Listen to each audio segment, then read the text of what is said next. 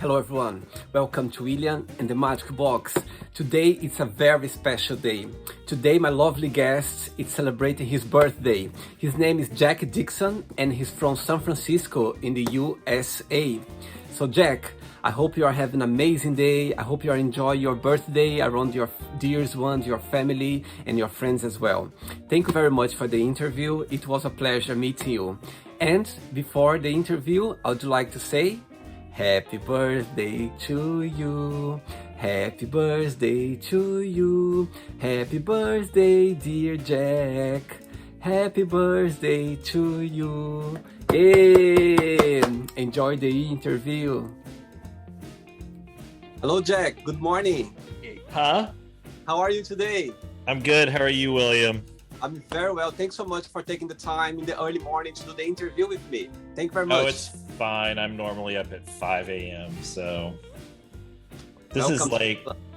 Me Huh? too. Me Yeah. too. I'm an early bird. I'm an early bird as well. Yes, very early. So Great, Jack. Just before we start the game, just tell me where you're from. I live in San Francisco. Oh, wow. Been here for 2.5 years now. And what's the best part to live in San Francisco so far, in your opinion? Well, top 3 for me. The weather. Some people say it's too cold, but I like a little bit of a cooler climate year round. Just the feel and the look and like the air of the city. It's very unique. It's almost like a little European city in America, I guess, is what I can most liken it to. And the food, we have really good, I used to be a pastry chef, so we have really good bakeries here and people who appreciate good food. So there's a lot of good food here. So. And where are you originally from? Originally, I was born on Whidbey Island, outside of Seattle in Washington State. But I grew up in Florida and I lived kind of all over Florida, north central Florida, southern Florida. I don't know if you're familiar with the state of Florida, but it's very large. It's very large.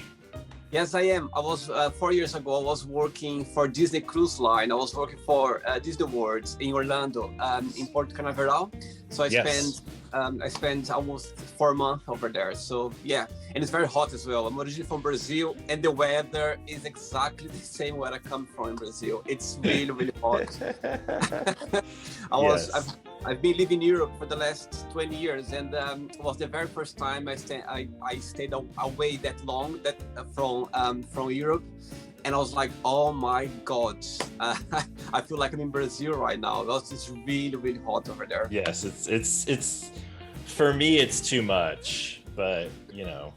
Yeah, it can be. To eat. Go ahead. Yeah, go ahead. No, I was just gonna say to each their own. To each their own. And what do you do for a living, Jack? Well, I do a lot of things. If we're speaking from an income standpoint, I would classify myself as a sex worker. Okay. Primarily, that's where most of my income comes from. I do erotic massage. I do adult film work too. Right. Most people know me from that.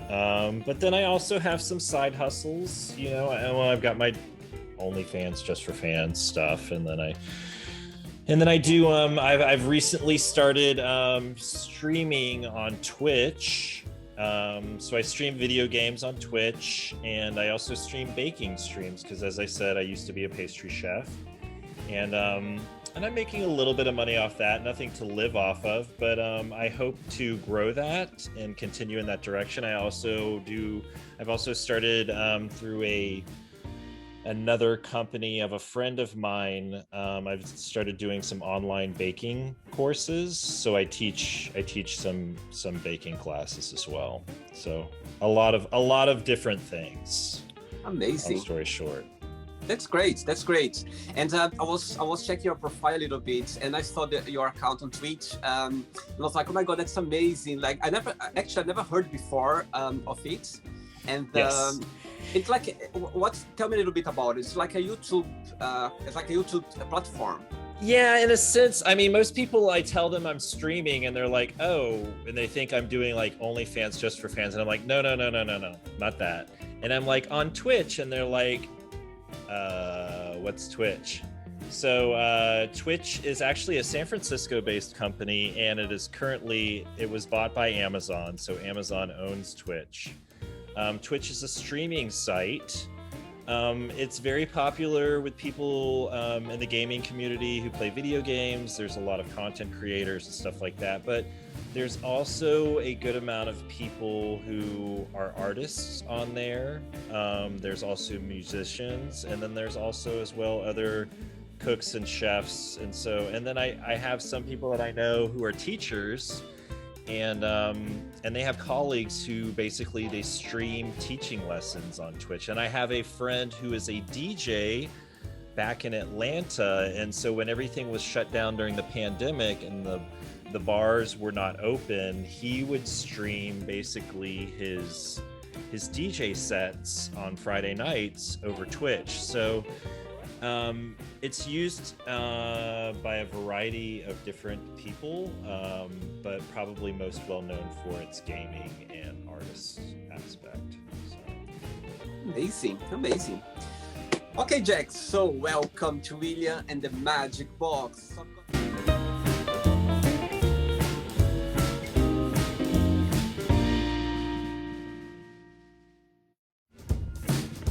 Lovely box full of random fun questions. Okay, I'm just gonna play some music now just for us to get a bit in the mood before the first question. Ready? Okay, great. And just before I start the game, just let you know, if there is any question you don't have an answer for, you don't want to answer, always can pick another one. Okay, they are all random questions. Cool. All right, sounds good. Let's do it.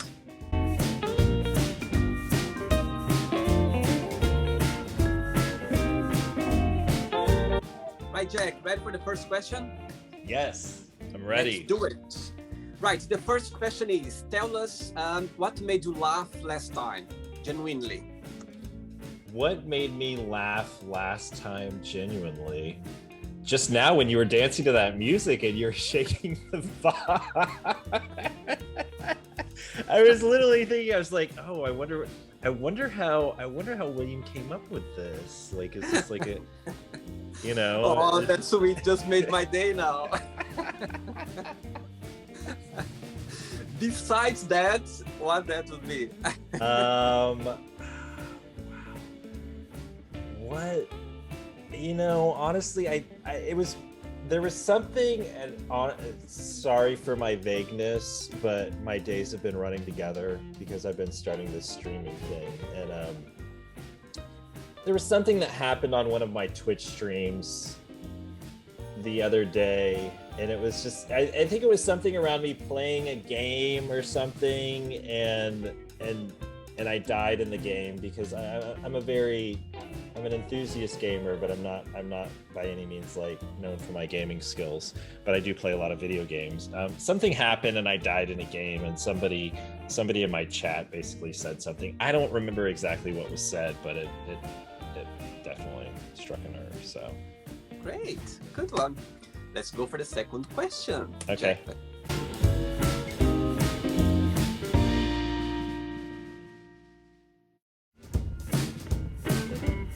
Quite terrible. You're just being modest now. I'm sure you can dance. Right. Let's. Next question is, what keeps you up at night? What keeps me up at night? Well, if you know me, you know I can probably fall asleep at the drop of a hat. You basically put me horizontally, and I'm like out. But I guess lately, so my brain will get in these kind of creative phases, and lately it's been about. I don't mean to make your podcast about my Twitch channel, but it's been like I've been doing it for 3 months now, and I'm trying to grow it, and so I'm trying to brainstorm a bunch of ideas around it, and in a way of. Most people know me for my adult film, And so I'm trying to take the brand that I've built over the last 4 years with that, and how can I transition that into something else, and what do actually people want to see from me?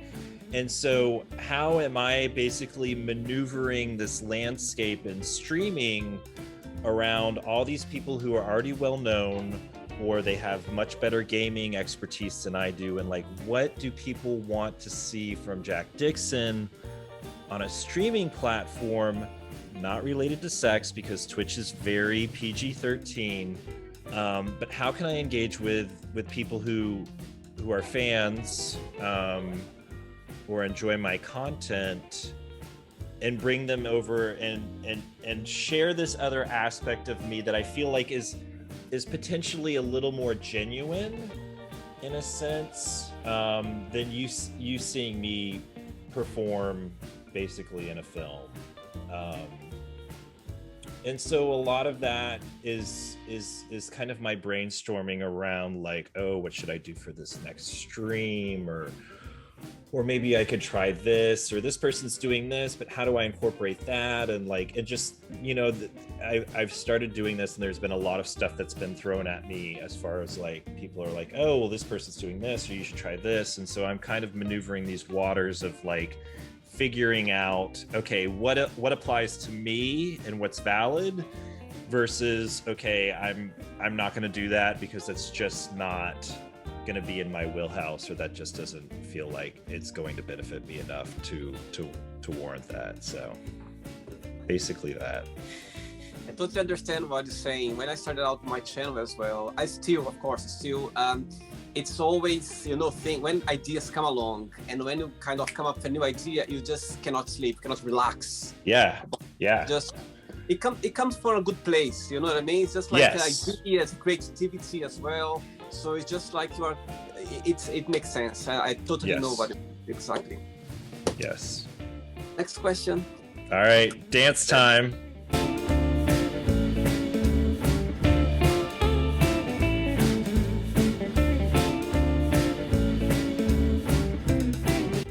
Right. Before the next question, Jack, tell me a little bit about your pastry chef career. So, I've been a number of things over the years. I apologize. You might be hearing my pug snoring in the background. I don't know if she's being picked up in the microphone or not. No, I can't. She's literally like down here, and she's sleeping. She's sleeping in her bed. There she is. Oh, that's sweet. Oh. So yeah, she's having a good dream right now. So I was in my late 20s. So I ended up graduating from University of Wisconsin-Madison, and I had a degree in ecology and natural resources. And so I ended up in environmental engineering for a few years, and I hated it. Like, it was not what I wanted to do with my degree at all. And so I just wanted to work with plants and animals in some capacity. That was like what I wanted to do. And so I ended up finding myself managing a doggy daycare and boarding kennel. This is all in Atlanta. And so I was doing that, and I was about 28 or 29. And I kind of had maxed out my, I was being paid well for what I did, and I was in the highest position that I could have at this business, and I had kind of maxed out. And it's just like, well, and I kind of had an early midlife crisis, like a pre-30s midlife crisis. I was like, but I was like, what am I gonna do next? Like, I'm not 20 anymore, and like, I'm about to be 30, and like, I need to stop kind of being a kid. And so I went through this exploring myself in a sense of like, what do I want to do? And so I started doing a lot of different volunteering. And one of those was assisting local chefs at there's a high-end like, it's almost like a local Williams-Sonoma kind of cooking store in Atlanta. And so I started assisting, and they teach classes there with local chefs. And so I started assisting the chefs there. And I met a chef, and spoiler alert, I'm gay. He was gay too. And so we kind of hit it off, not in any kind of romantical way, just friends. And I asked him, I was like, hey, I'm thinking about maybe doing this as a career or maybe going to culinary school. Would you let me do an apprenticeship at your restaurant and see if I like cooking in a commercial sense? Because I had always liked to cook as a kid. I often cooked for my family, but I never pursued it as an actual career because it was kind of always expected that we go to a traditional 4-year institution, and like trade school wasn't really talked about in my house or anything like that. So, and plus I grew up in like the middle of nowhere, Florida. So my only experience with restaurants is like chain restaurants. I'm like, there's no way that I can work in food and make a living at that. I'll be working at Applebee's or Red Lobster. And so started apprenticing at this guy's restaurant and decided that I really enjoyed it. And so then I decided to go to culinary school, and I went to Art Institute in Atlanta and got a 2-year degree from there. I worked at my first chef's restaurant for probably about a year to a year and a half, and I was still working at the boarding kennel at the time, just because food doesn't really pay you anything.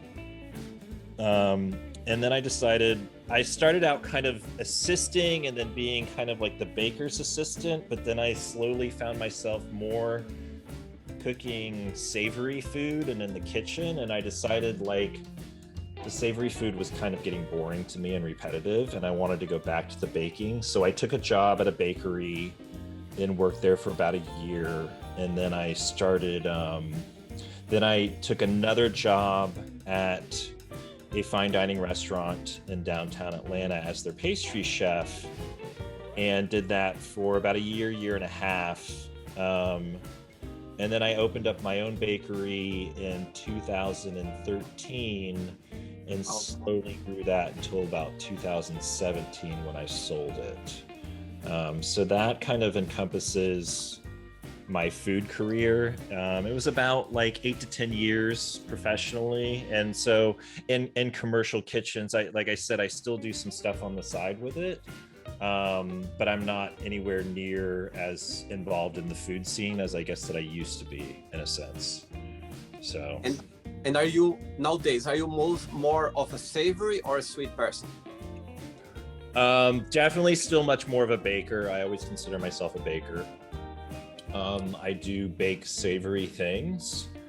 And I do cook food for myself, but my creativity in food really comes out in my baking, I feel like, and less so in like me cooking meat or side dishes or any of that stuff. So I definitely still consider myself more of a baker. As eating, you prefer eating sweets than savory? Yes, I like sweets. My favorite things are donuts. I love donuts. So. Right, Jack, let's go for the next question. What's the biggest prize you ever won? The biggest prize I ever won? Doesn't need to be material, can be emotional, sentiment, anything special that considers. Well, good thing it's emotional, because I don't really consider myself very lucky with material things, and I'm not a gambler. I've been through, I can only speak from my own experience in a sense, and that's what resonates and what's real to me. And but I've been through some stuff. I lost my mother when I was about 26. I crashed and burned on drugs and alcohol when I was 33 and got sober in 2012. And I would say probably getting sober has been one of the most unexpected, amazing things in my life. And I'm not trying to like plug anything. I'm just saying, when I set out to get sober, I just wanted to stop drinking and drugging. And I say this still to this day. I am a member of the 12-step community. Not saying that that's the only way to get sober, but that's how I got sober.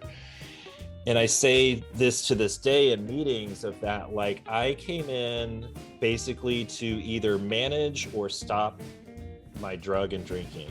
And what I got in return from that is so much greater than I could have ever expected. I am financially stable. I'm emotionally stable. I've now moved twice from choice, not because I'm running away from something or somebody, or because I don't have enough money to live where I'm living and I need support from somebody else.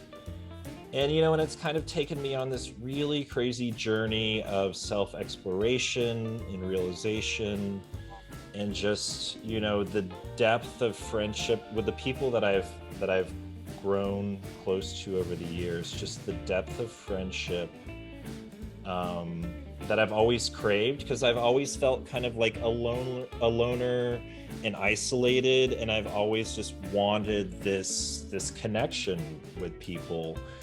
And for a long time I tried to make drugs and alcohol that bridge to people, and it didn't work.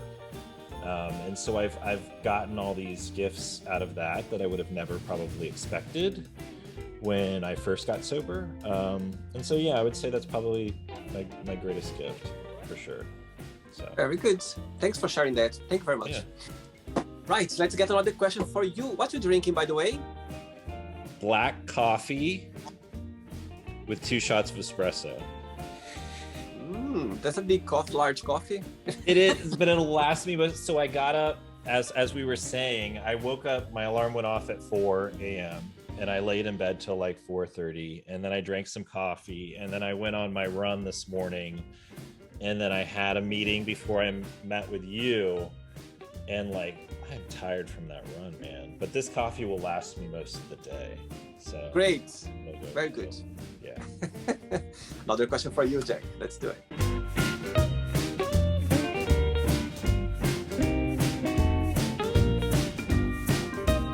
We're getting there. The coffee is kicking in now. Yeah, slowly but surely. I'm still dancing very much like a white guy. So.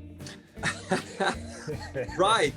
Next question for you is, if you could live anywhere in the world right now, where would it be and why? Anywhere in the world?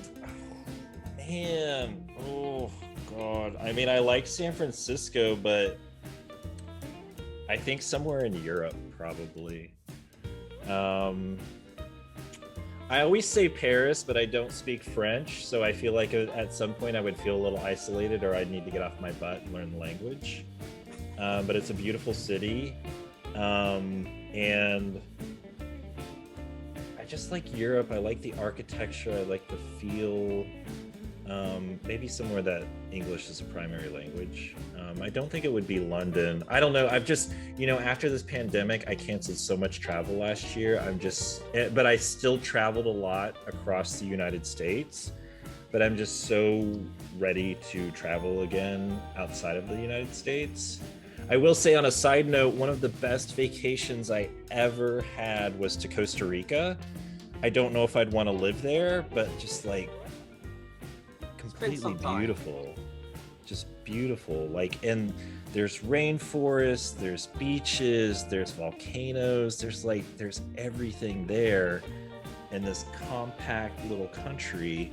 Everybody's super nice, and it was really chill. But then again, it's kind of hot, so I don't know. Okay, let's take Costa Rica then. Okay. Next question for you, Jack. Let's do it.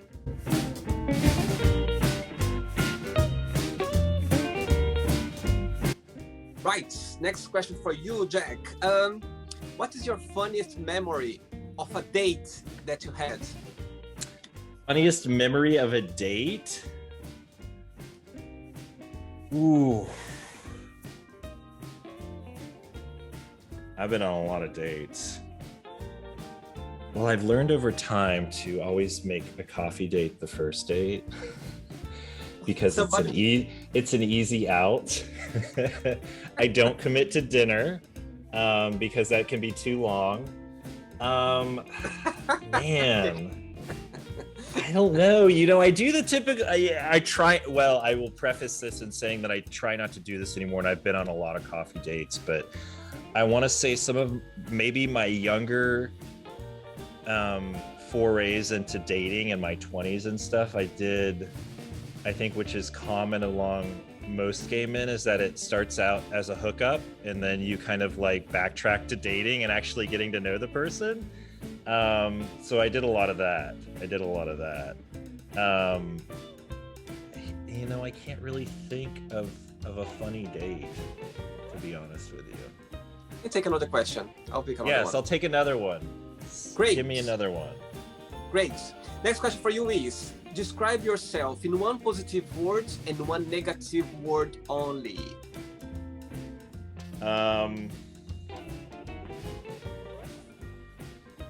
Positive would be sweet. Negative would be pessimistic.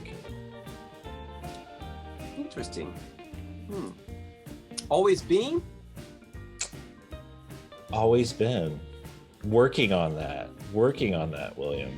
Working on that. What is your star sign? The astrology, just for I'm a curiosity. Cancer. Okay. What is yours? Scorpio. Oh. We are very similar in many ways. Yeah, Scorpio. Scorpio. The positive part of Scorpio can be very loyal, private as well. Scorpio are very private people. Yeah, you guys are secretive as hell. Yes, they say that Scorpio have two lives: the one that they show off and the one that in private. Yes, I have dated a Scorpio, and I am familiar with the other. I mean, it's very intense. It's very intense. Yeah, Scorpio is very intense. Yeah, there's no time, like explosion, like there's no time wasted. Yes. But the negative part of Scorpio, if I may say, I don't want to scare you, but jealousy. It's being jealous is was the worst part of Scorpio. Controlling, being jealous, manipulating, it's kind of, but of course, I believe astrology, we have two star sign, the one when the day when you're born, and the time is the second one. Yeah. So nowadays, I think I live more my second one, Sagittarius, regarding the time where I was born. So yeah, astrology, it's a fascinating word that we learn a lot as well. Yes, one of my top most passionate relationships was with a Scorpio. Yeah. And you're still alive? And I'm still alive. I am still alive. Hey man, I was there for the whole. That did not end because of me. Of course. That was on their terms. So I no foul on my part. So right, let's get another question for you, Jack.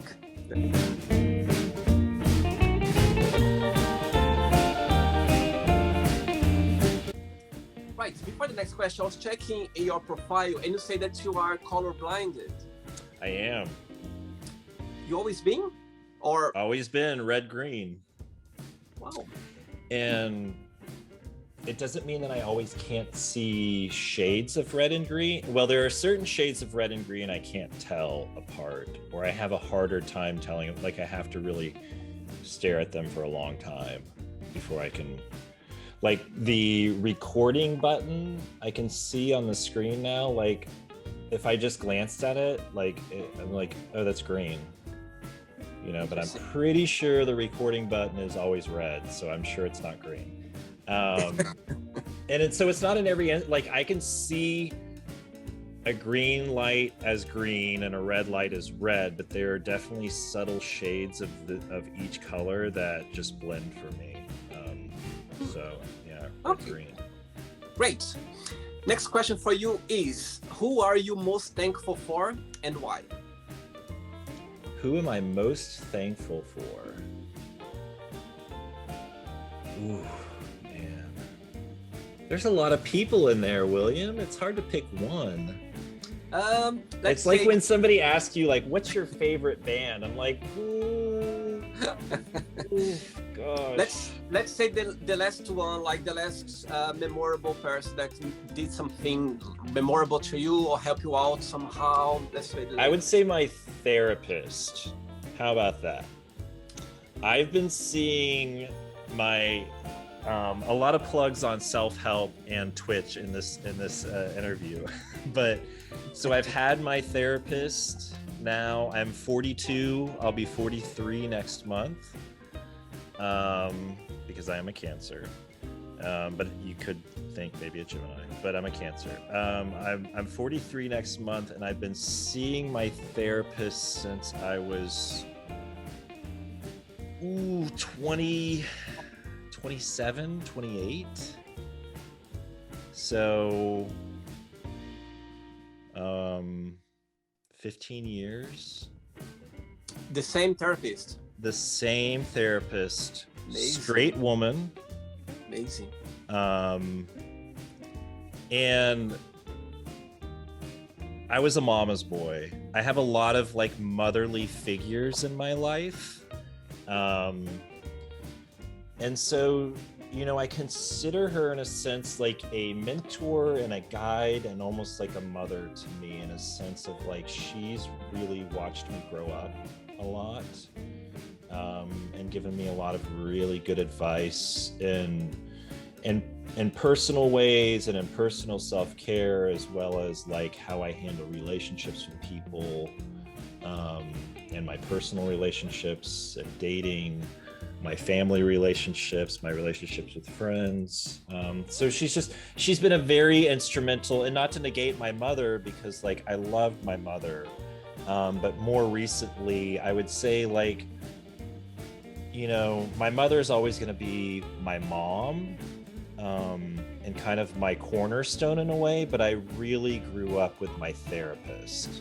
You know, I really matured into the person that I am today with my therapist. So I'm sure when she watches these interviews, I'm sure she's going to be very happy and proud to hear that. Right, let's get another question for you, Jack. Let's do it. All right.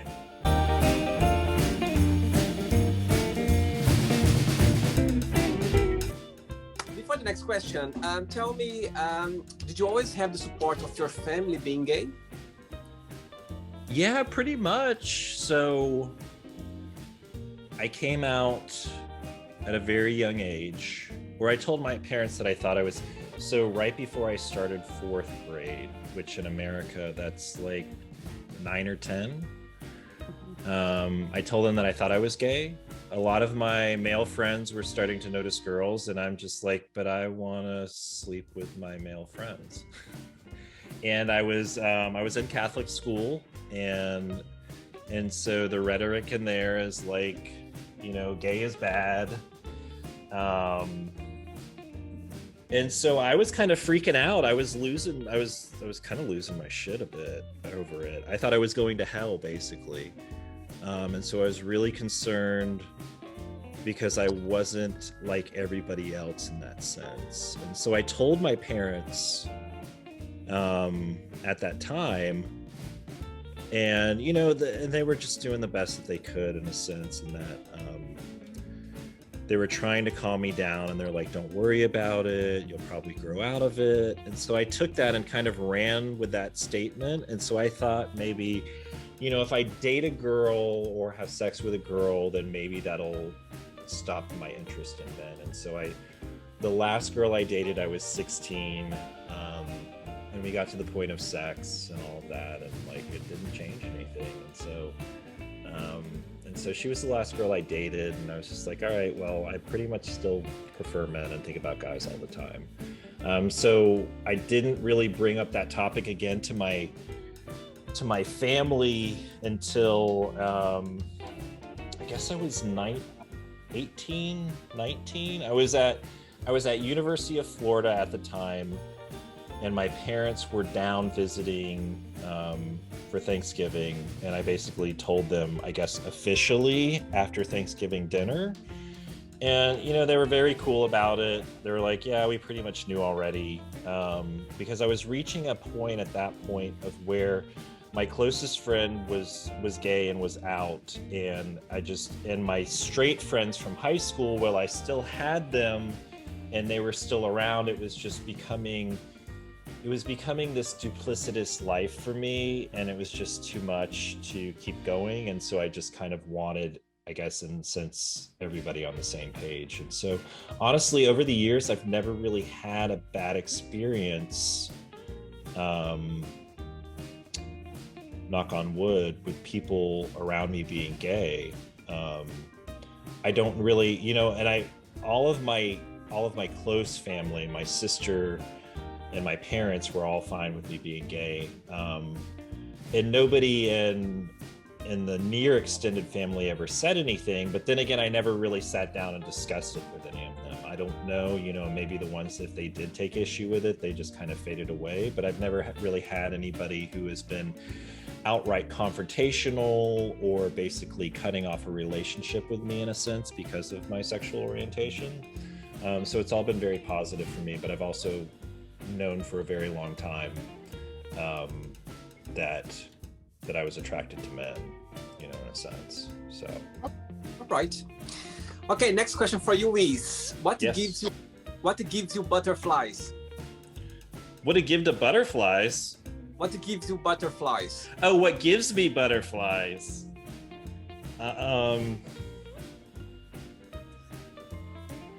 Deep drops on roller coaster rides. When I'm dating somebody and it's like really just clicking, and it just feels very connected in a sense. Or when that person that you're like super into, they notice you and it's kind of reciprocated. I don't know, like softie. I'm a big softie, so like cute little puppies, and I like happy things in a sense. So yeah. Good. Stuff Very like genuine, that. Sweet, very sweet and genuine. Yeah. I enjoyed the show so far, Jack. Yes, I do. Yeah. Very good. Another question. Yeah. Bring it on.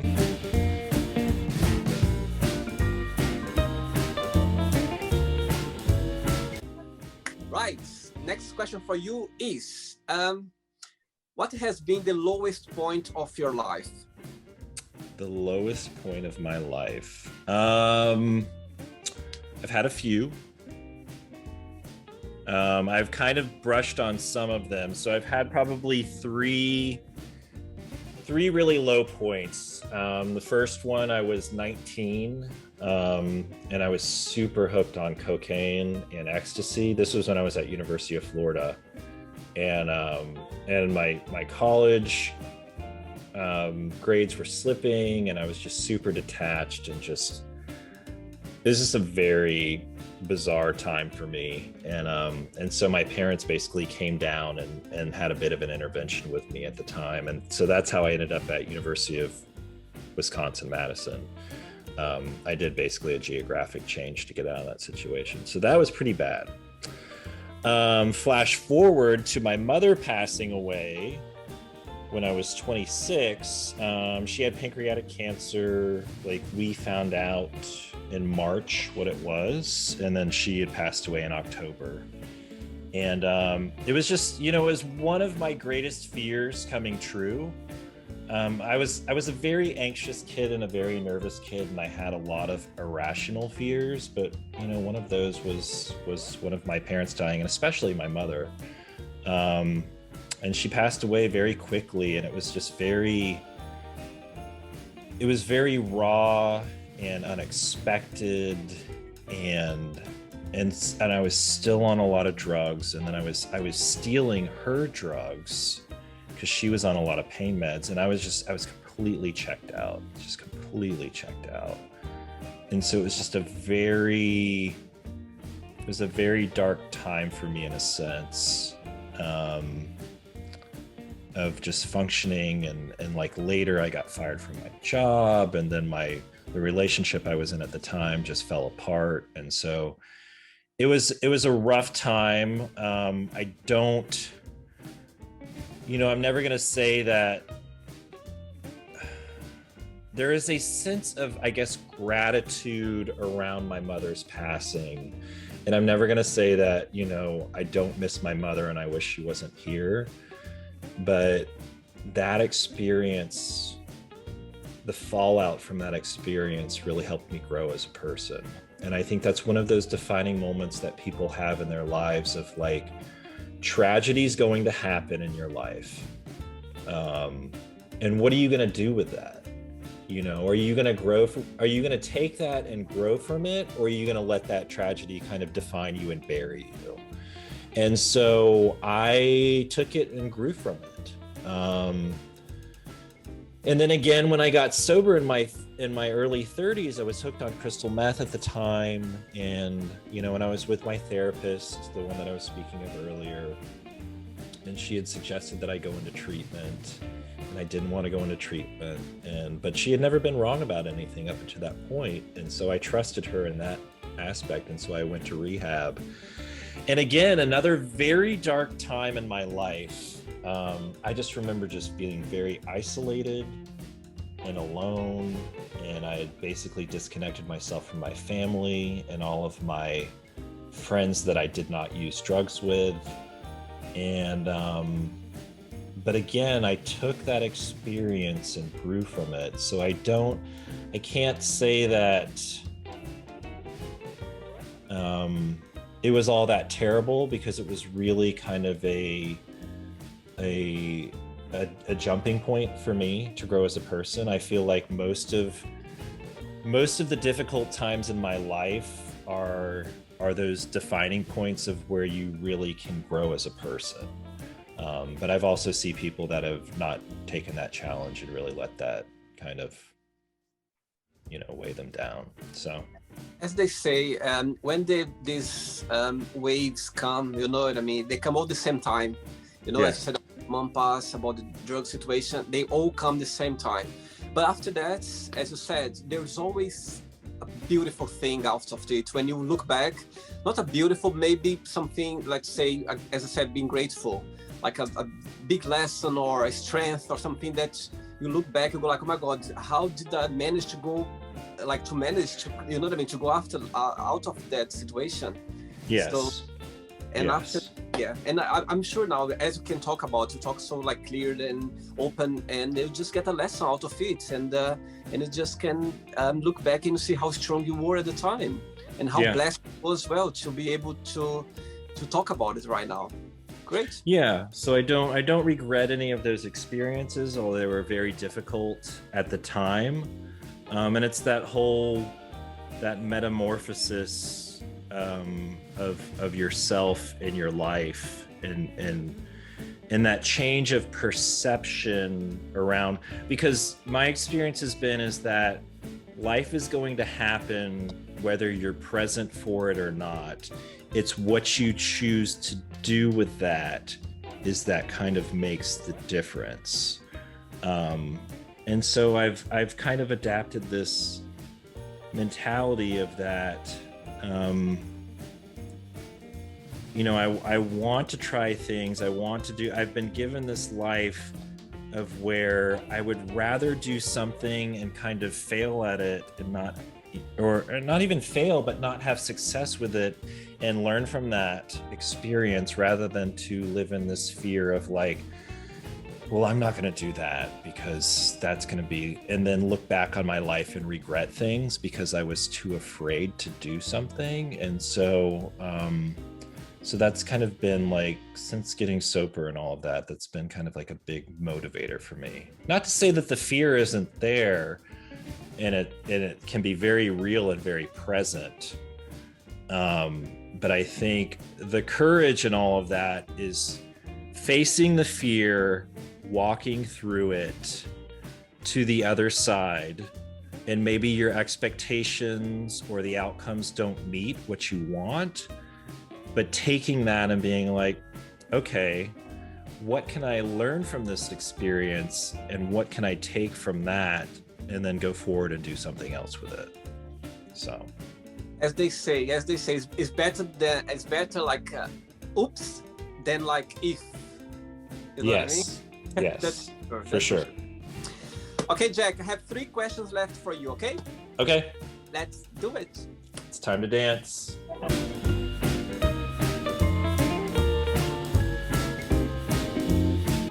Right. Next question for you is again about dates. I'm gonna change. Okay.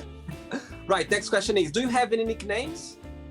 Nicknames. I do have a nickname. It's Biscuit. Oh, tell me People about call me, well, some people know me as Biscuit.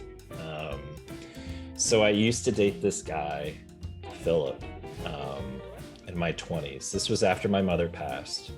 This was my first relationship after the relationship that ended after my mother passed away. And so I was single, I was living alone,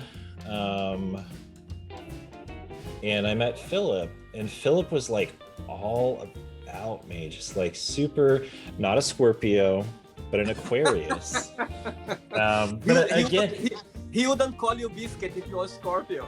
yeah, but a very passionate relationship in many ways, and I wasn't there when he coined it, but he was with his best friend, and who later was my friend, this guy Ken, and they were sitting at some, it's not a very interesting story, but they were sitting at some diner in Atlanta, and they were talking, Philip was talking about me. This was like just around us meeting, because he used to see me in the gym, and he would just like stare at me.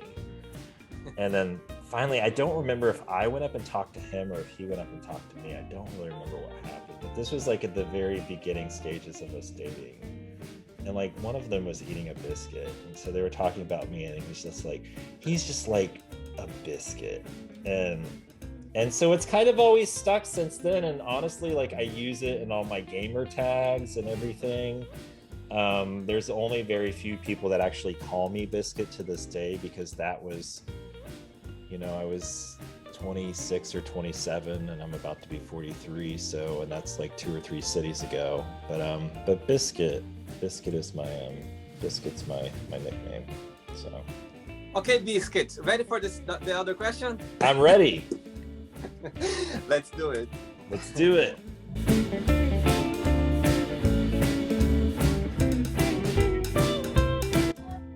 Right, before the next question, tell me what's the most challenging part of living in San Francisco? Challenging part of living in San Francisco. Well, despite the normal stuff of it being a very expensive city, a very a large disparity between a huge homeless population and a very wealthy population, it's hard to make friends. But it's hard to make friends in any city, I feel. Like, as an adult, you really have to put some footwork into it, and like put yourself out there and make yourself uncomfortable, and just keep pushing. I've lived here for a little over 2 years. I left Atlanta in 2017, and like 3 of my closest friends live in Atlanta. I lived in Seattle for almost a year after living in Atlanta, and decided it wasn't for me, and then I moved here.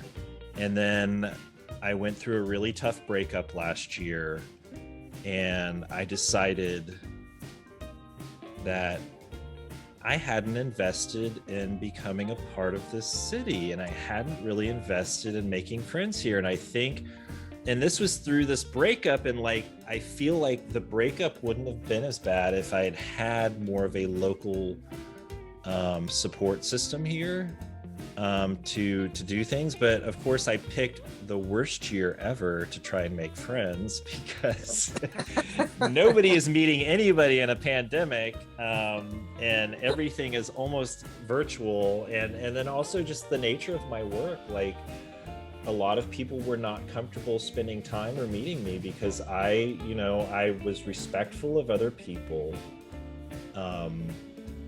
and respectful of the pandemic, and I got tested for COVID regularly, and I never got COVID, but I was having contact with other people, you know, because I needed to work and I needed to make money. And so a lot of people didn't feel comfortable spending time with me because they knew that I was coming in contact with other people, and I was also traveling, which were some of the bigger risk factors in this past 14 months. And so I understand, you know, and I always, if I ever met anybody, I always prefaced it with like, you know, I've been traveling, I am seeing other people, like that is your responsibility at this point if you still want to meet with me. And I was very candid about that, but it's hard to meet people in this. It's hard to meet people in the city, and you know, and I can't say that this is specific to San Francisco, because when I moved to Atlanta in 2002 after I graduated college, I hated Atlanta for like 4 years because I didn't have any friends. Like it took me a long time to make friends, and I'm a slow burn too. Like I'm very much, I guess if we're going to go back to astrological signs, I'm very much a Cancer, and then I'm very sensitive and in touch with my feelings, but I'm also very much a homebody, and I have some walls and this Cancer crab shell around me. And while I'm very open about my life and what I do, I don't let a lot of people in. Like I'm usually only really close with like 2 or 3 people ever.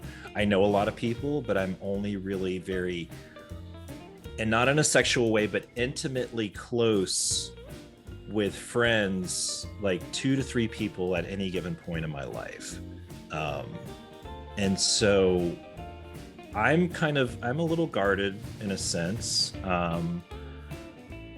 with making friends. And I just, you know, and there's just certain people that I vibe with, and there's a lot of people who are very nice people, but I just don't vibe with them in the same way. And so, you know, one of my biggest challenges has been making friends, and I've definitely made that more of a priority, because I travel a lot, and on my end, it's like, okay, I've been on the road for like a week and a half. I'm coming back to San Francisco. I'm going to be there for 4 days.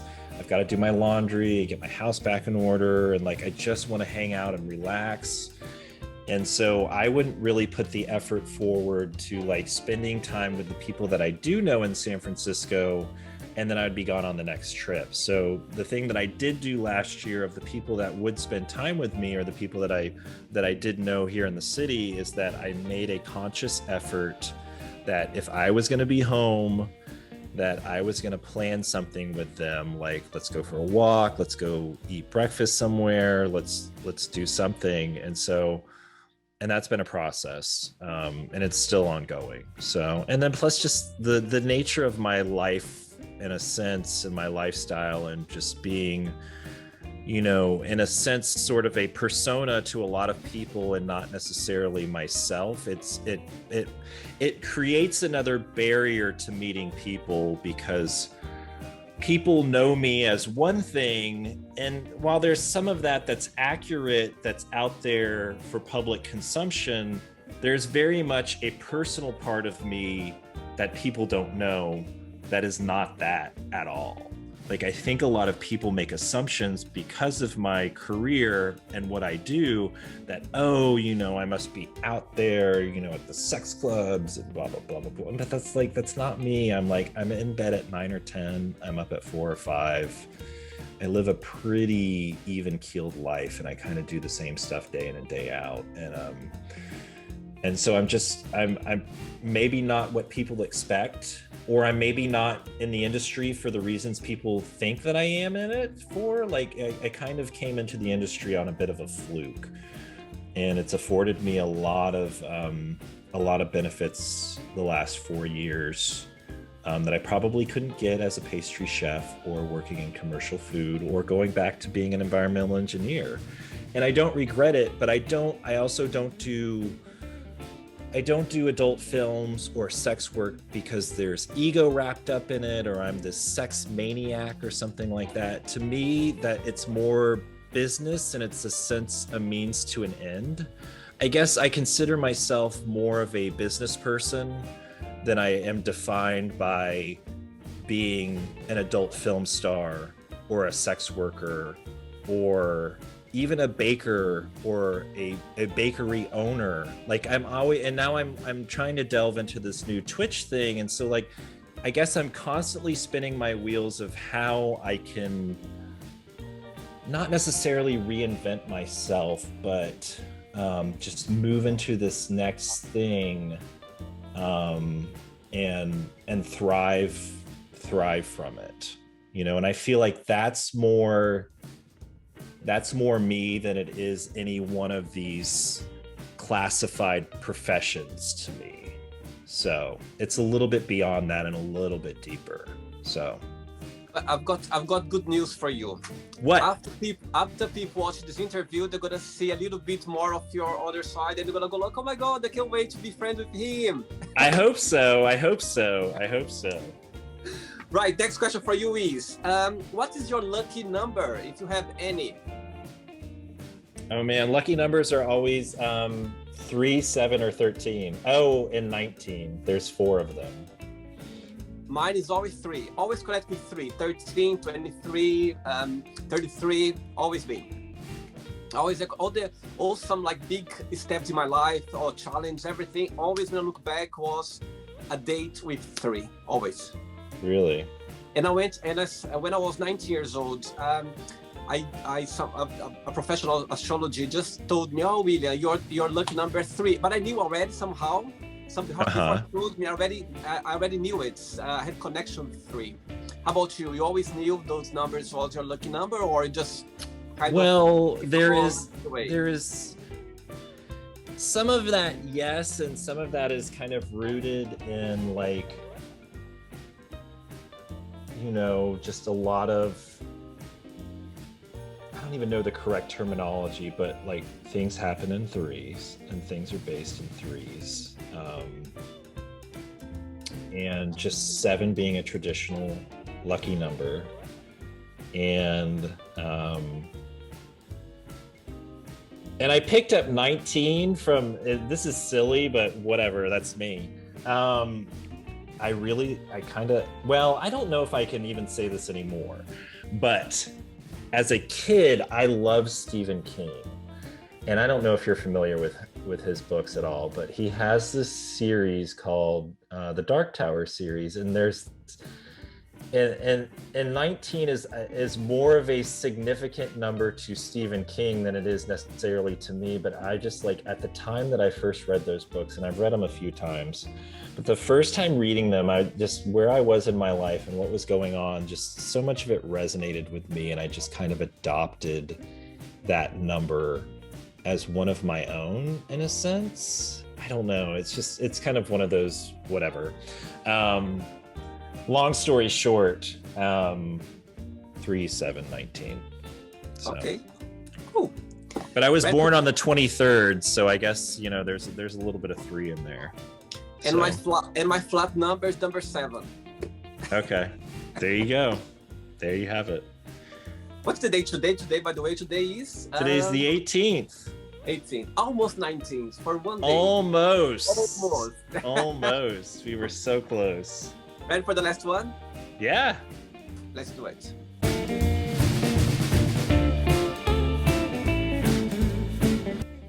Okay, Jack, let's do the last question for you. Do it. What's the best and the worst of being yourself? The best and the worst of being myself. I guess being in touch with my emotions and my feelings, because it affords me, I feel like, or I want to think this, I don't, you know, and I don't know how this resonates with people that I know, but I think it affords me a certain level of compassion and understanding in other people.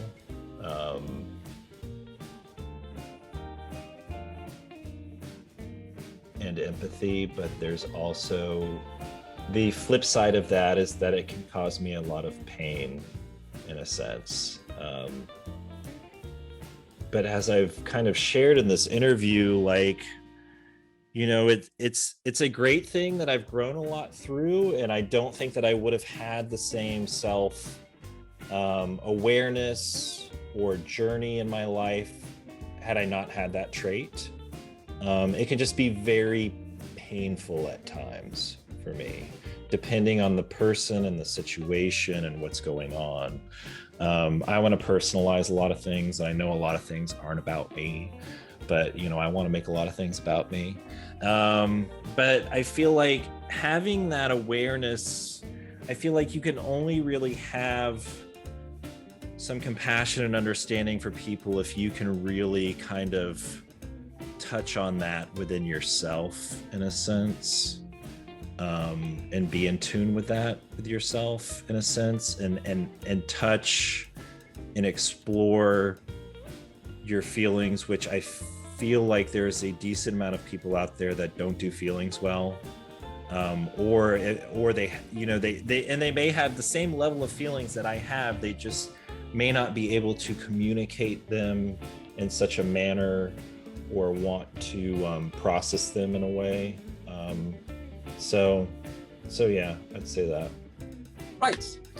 Okay, Jack, it's not the end yet. What I'm going to do now, let's play the quick thinking game. So I'm going to give away some words, and you just tell me one word that comes to your mind, okay? Okay. Money. Me. Love. Pizza. Family. Home. Life. Now. Sex. Fun. Politics. Ugh. Religion. I can't do again, but not for me. Okay. Fear. Fuck that. Friendship. Love. Desire. Burning. Fire. Regrets. Sadness. Success. Joy. Happiness.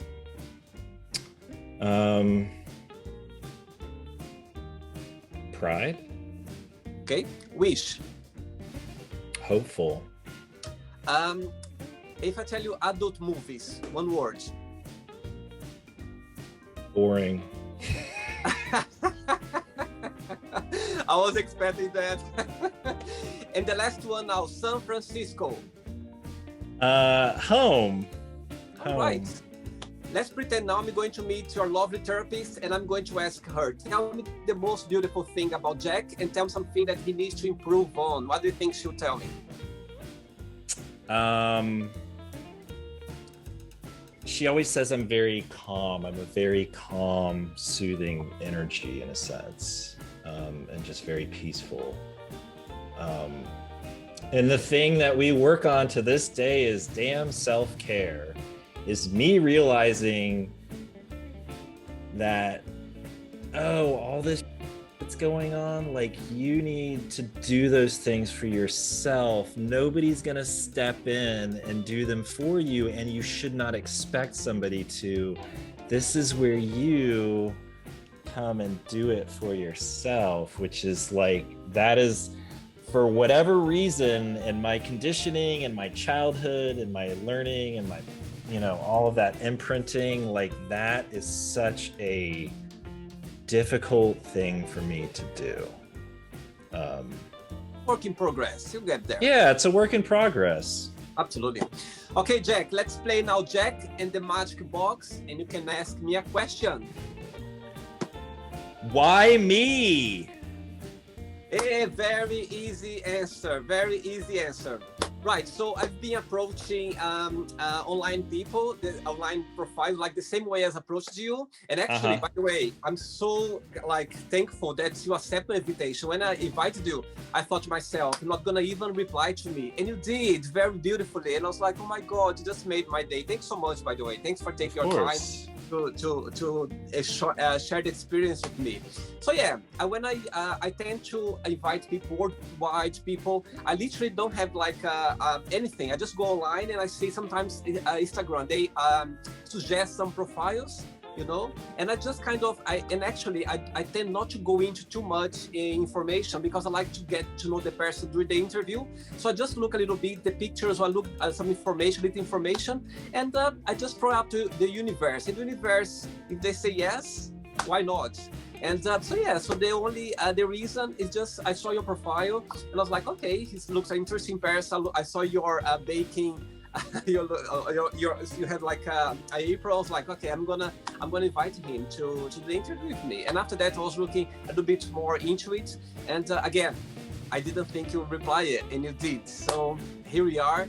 And yeah, thanks so much for taking your time, Jack. It was a pleasure meeting you. Thanks so much. I really appreciate that. But before you go, if you don't mind to share just a positive message or a positive quote, something that inspires you in life. So my positive quote is by Julia Child. And so I want to say this right. Find something you're passionate about and keep tremendously interested in it. I'm very much a person who follows my heart. I have always been that way. And yeah, I just can't see any other way to live, basically.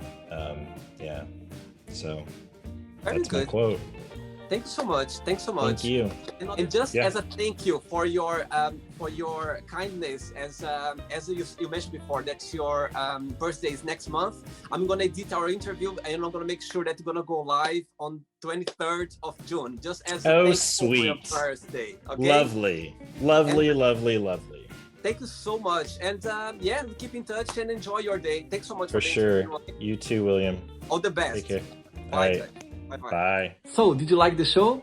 Don't forget to give a like, to share it, and also don't forget to subscribe to the channel.